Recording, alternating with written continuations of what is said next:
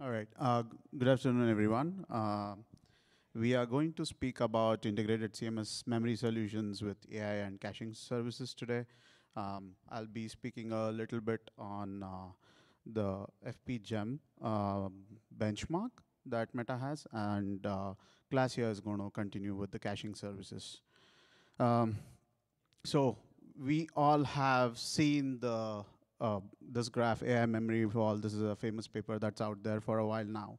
And I'm not going to go deeper into it. So that's interesting. All right. Um, so basically, the takeaway from this particular slide is AI memory wall is rather than a problem. Like it's a challenge for innovation as well as new technologies to come up to resolve the memory challenges that we have today in terms of capacity as well as expansion as well as bandwidth. And today we see the gap that the paper exclusively mentions with respect to the number of parameters that are growing, demanding higher memory capacity as well as bandwidth, high bandwidth use cases in AI solutions. It may be Gen AI as well as traditional AI.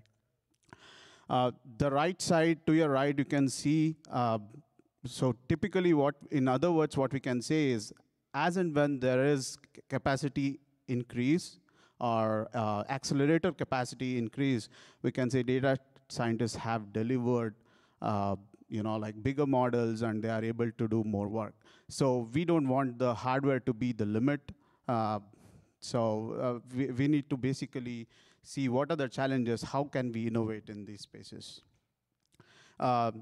Let's pause here for a bit and get back to this memory challenge we have. We are basically here calling out on leveraging the AI use cases that we have and AI benchmarks that we have, and how we can, better validate our hardware and products, and come up with general metrics that we can show, like as industry-wide, we can address this memory challenge as well.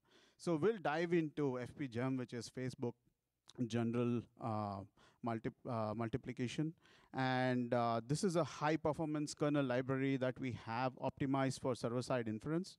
And why does it matter? So GEM operations are basically fully connected operations that are biggest consumers of floating point operations in AI applications. So any AI application can be translated into the GEM operation, and these are basically fully connected operators.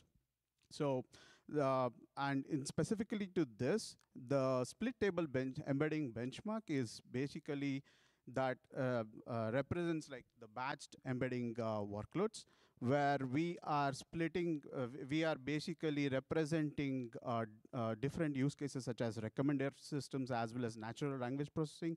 These are the basic building blocks of these use cases. And the split table benchmark represents these fully connected operators. So as an example, I'm not sure if that's visible, but we are basically, there are different kinds of embedding tables that we have, and depending on the input data. Here we are taking example of a word embedding, but this can be an image or a video as well. And depending on the input data type, like the table size and all those parameters vary as well. In this example, what we have here is a phrase where we are converting that to set of indices. And the indices is then basically mapped into different split tables, depending on the feature set, characteristics, and the vector dimensions that we have, which basically defines the accuracy of the data type. Sorry. So there are different stages in terms of this benchmark. The first stage is initialization, and in initialization phase, we basically take the complete batch set of indices, and we provide and also initialize the output buffer that we intend to find. And the next step is basically batch processing, where we are having like split table embeddings. We basically map initially from index to, sorry, the input batch to the indices, and indices to the table offsets where they need to go, and then retrieve those. And that stage is called like gathering these embeddings, basically. So to the right, the image what you see is in the gathering phase. We are retrieving the embeddings that we want, and we are initializing and putting them into an output buffer. So we can go in detail in terms of like the embeddings in the batch processing, how we initialize. In the initialization phase, we are taking an example here where we have input indices, embedding tables, and output buffer. The input indices is basically the number of indices and the type of size of the data type. In this example, we are taking 4K indices and 4 bytes. So you can see that constitutes 16 kilobytes. One more aspect is in each of these stage, the memory is being consumed, and the capacity of the memory plays an important role. So the embedding tables, considering we have 1 million tables here, assuming with a vector dimension of 4K, it consumes around 16 gigabytes. So you can imagine as we scale with higher indices, as well as the model sizes get larger, these keep on growing. That is where we have the actual challenge today. So as part of second step, we retrieve these embeddings. So you can see initially there are multiple substages here, but I have consolidated into a single table. Underneath this, basically, each index is mapped to a table ID, split table, and then we calculate the table offset so that we can retrieve these embeddings. You can see there are like, depending on the vector dimension, the row size, the table row size also increases. As a final step, we gather these embeddings into an output buffer. And so this is like a single operation that we have shown here with single embedding single batch. But in reality, there are like in parallel multiple batches happen, and this basically increases the efficiency of our workload as well. Once we are done with this, the measurements are very crucial here. For specifically FBGEM benchmark, the critical parameters or the metrics that we want to measure is the embedding retrieval time mentioned in the end, and latency. So throughput here basically shows us the batch efficiency, batch processing efficiency, how best we are able to do. Latency is the per embedding retrieval time that we can execute. And the embedding retrieval time is basically for the overall batch, how much time does it take to retrieve the complete set of output buffer. There are like many key challenges here in terms of split table management, memory access patterns, but today let's focus on the scalability aspects. As we are speaking about memory capacity, we already heard about in the panel, like the challenges with respect to memory capacity as well as the memory bandwidth the AI workloads are demanding. And so the main takeaway from this is memory capacity today is limiting the batch size as well as embedding size, how much it can grow. There are like, we are using unified memory and different techniques to optimize the size of the parameters that we have as well. However, at some point, all these metrics or like all these techniques saturate. That is where the hardware needs to provide more capacity and bandwidth. So how can we address these things? There are multiple solutions that are coming out in the industry. This is nothing like new or specific to what we are showing here. This is the traditional system architecture that we have.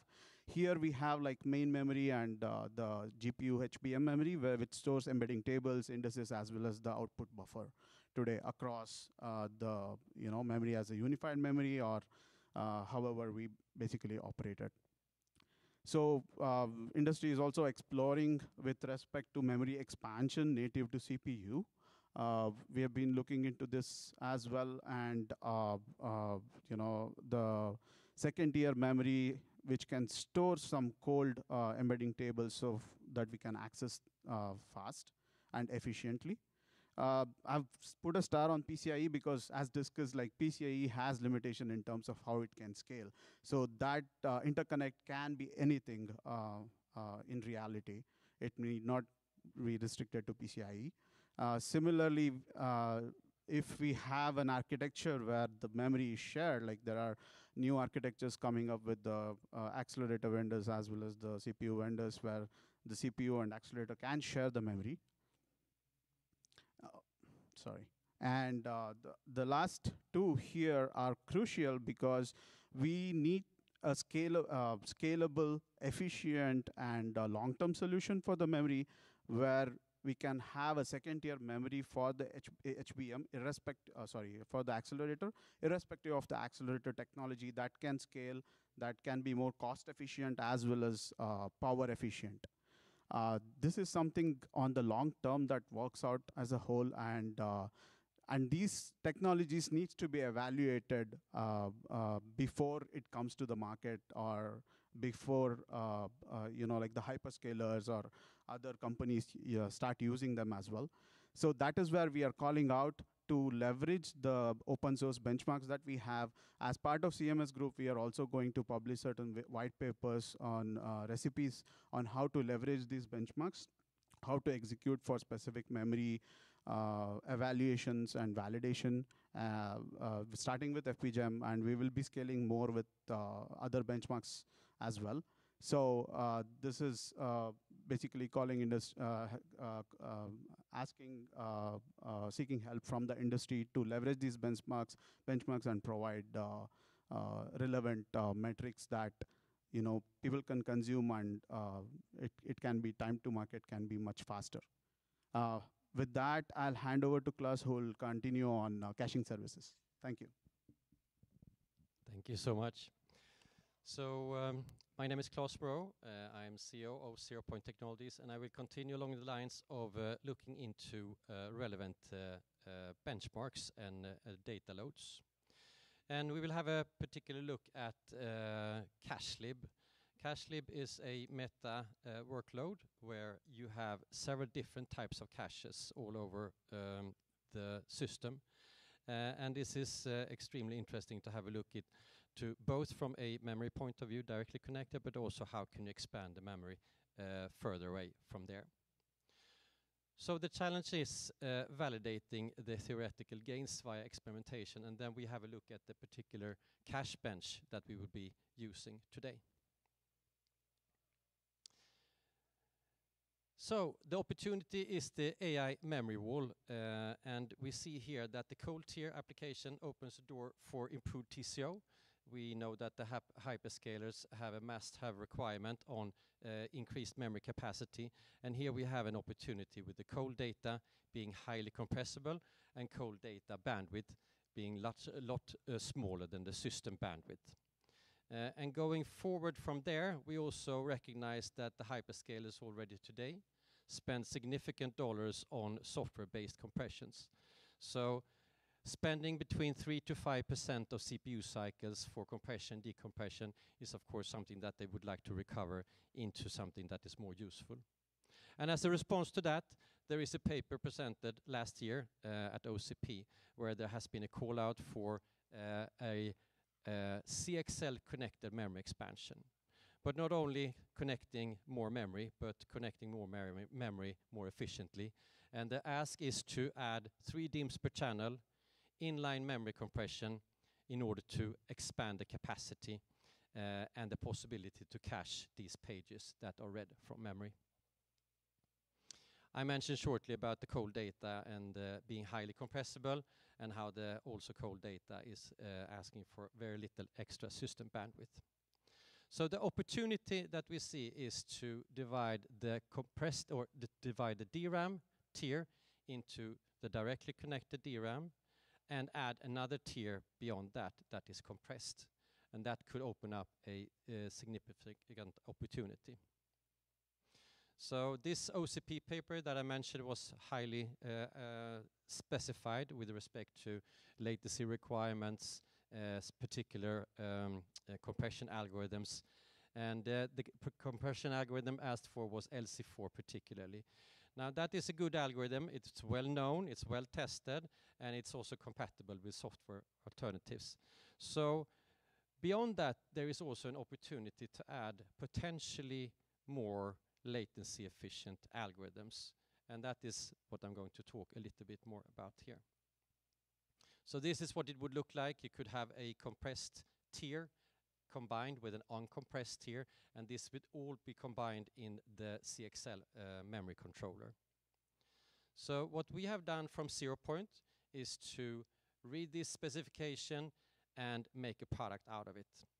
We have a OCP compatible hardware accelerated CXL memory solution that can do compression and decompression, compaction, and transparent memory management in the very short latency domain. Now, these are of course just numbers, but looking into what could the potential opportunity be using CXL connected memory in combination with compression. Well, we know today that about 30% of a server is memory, and some people even say that it's up to 50%. Now, what if you could do with half that memory or double that capacity? That could be a substantial cost saving, energy saving, and performance improvement. And just to give you some numbers, we see today that we can compress on par with LC4, but in the cache line granularity rather than on the 4 kilobyte granularity. So the setup that we have is that this show at OCP we have had a demonstration of our compression technology on an FPGA running workloads, and in this particular case it has been cache bench. I'm actually missing that slide. It would have been the last one, but I don't think it has been updated. So if you have been had the opportunities to stop by Zeropoint, you would have seen the demonstration. Now the show has stopped, so the next opportunity you will have is at Supercompute, and then we will not be running only the FPGA, but rather a server end-to-end, running the application on the host and running the expansion board with hardware accelerated compression with the DenseBand product. And the numbers that we see are in an expansion factor of 2 to 4 times with a fantastic low latency number. So I thank you for that, and encourage you to either reach out to me for a demo or wait until Supercompute. And now you have 15 minutes break, right? Or yes, we can. Yes, so are there any questions for me or Nara?